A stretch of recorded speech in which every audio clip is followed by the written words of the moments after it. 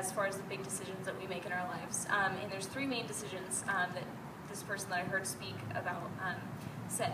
And the first one is master.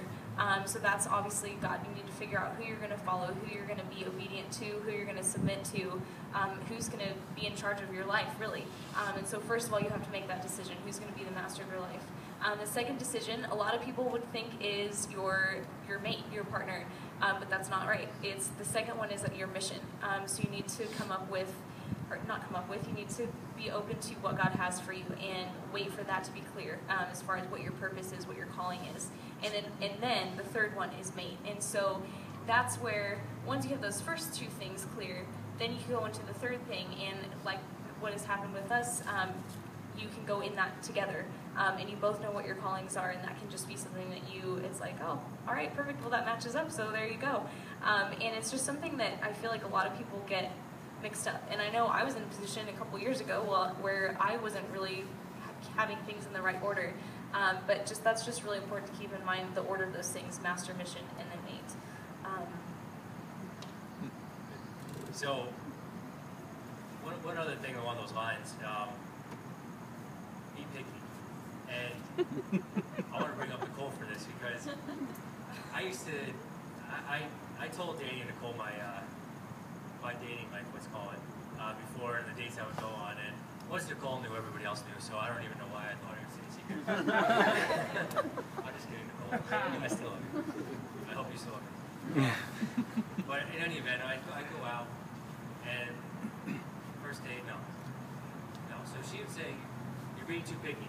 You know, you need to not be so picky, and I would always respond, well, it has to be somebody super specific, somebody that I'm supposed to be with, and I need to not waver from that, no matter how long it takes.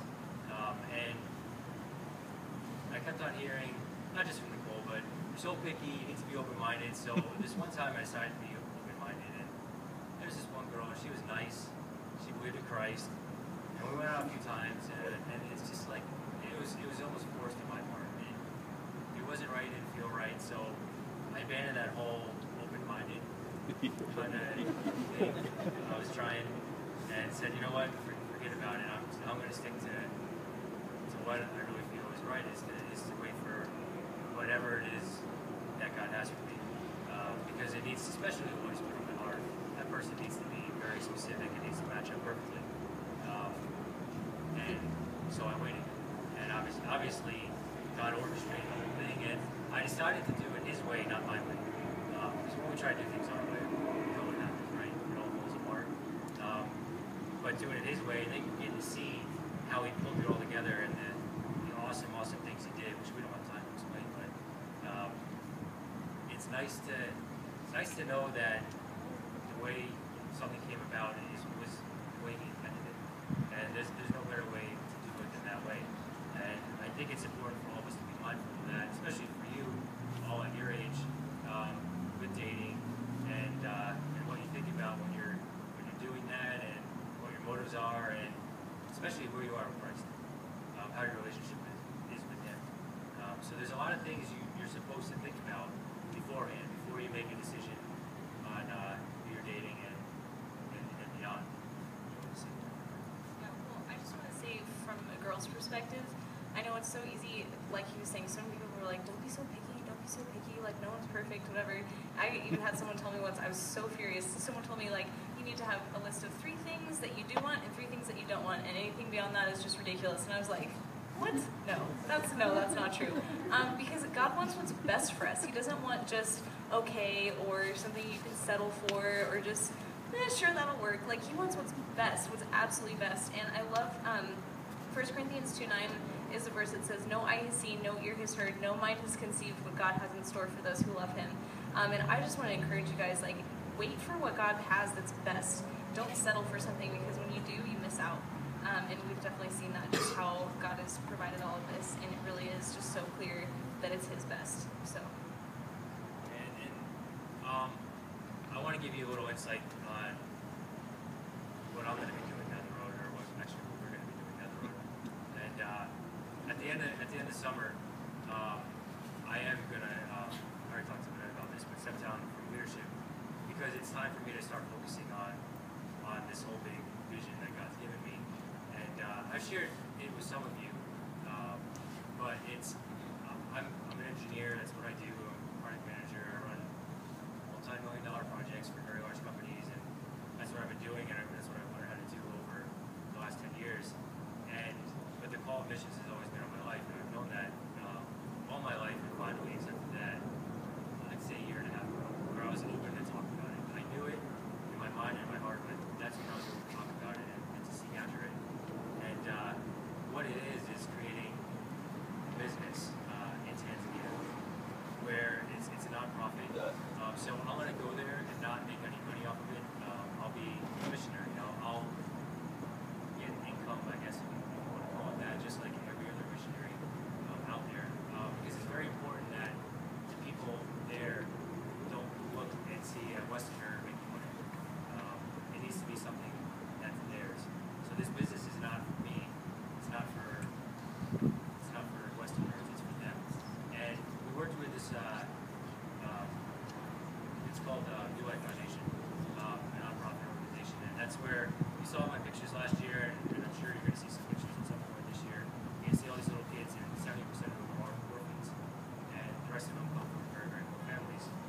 So they're being taken off the streets and being educated and taught about Christ. And if we can show you the video of them worshiping, you'll see that it's not just learning about Christ, but it's accepting Christ and living for Him. So kids there get lost at a very young age. They get abandoned, they get hardened, they're used for prostitution, they get hooked on drugs, heroin specifically at a very young age, and it's really, really dirty, so their brains get fried. So that next generation, aside from these different organizations that we're working with, they're already lost. But these kids are the kids that can be changed down the road. So the whole idea is to start a manufacturing company, start with bottling water, and you bring these kids on who know Christ, have a good solid foundation, no ethics, and all of that, and you teach them how to run it, how to do it on their own, so it becomes theirs. And then you take the profit and you use it for two things: one, to reinvest in the business and grow it, so you're bringing even more money, and two, to invest right back into New Life Foundation and other Christian organizations to have them grow and get more kids off the streets. And then what you end up with at the end is you're changing the community, and you're creating leaders in the community that are not Westerners, and it's not Western money going in as some missionaries, but it's their own people who are doing the change. So that's the vision that God's put in my heart. And what He really, really did on this trip is He laid out the next 2 years what it looks like, what happens in year 1, what happens in year 2, what happens in between, even down to people I'm supposed to work with. And so I'm going to be having some conversations with some people pretty soon. And I've already talked to some people already. But that was really, really cool how He did that. And then on top of it, the number 2, which is confirming it, this in itself, number 3, was a big confirmation for number 1, if you're following. But the way God did it, and the way He said, I'm going to do this, and this is my will, was the greatest part for me. Because we all know the story of the lost sheep, right? Well, we're sheep, and we're stupid. So we just went on this amazing trip, and God spoke to us, and He said, this is what I'm going to do. But it's very easy for us then to turn around and forget it now, and to live a life like that. But as in the story of the lost sheep, He comes and gets us, and He reminds us of the truth. And He reminds us that we're His, and He's going to do what He says He's going to do. So we're very, very, very excited for what God's going to do, and we can walk through life knowing that this is something that He pulled together, and it's His plan, and that He's going to do. So that's it. I know we're going to play over. It's too bad.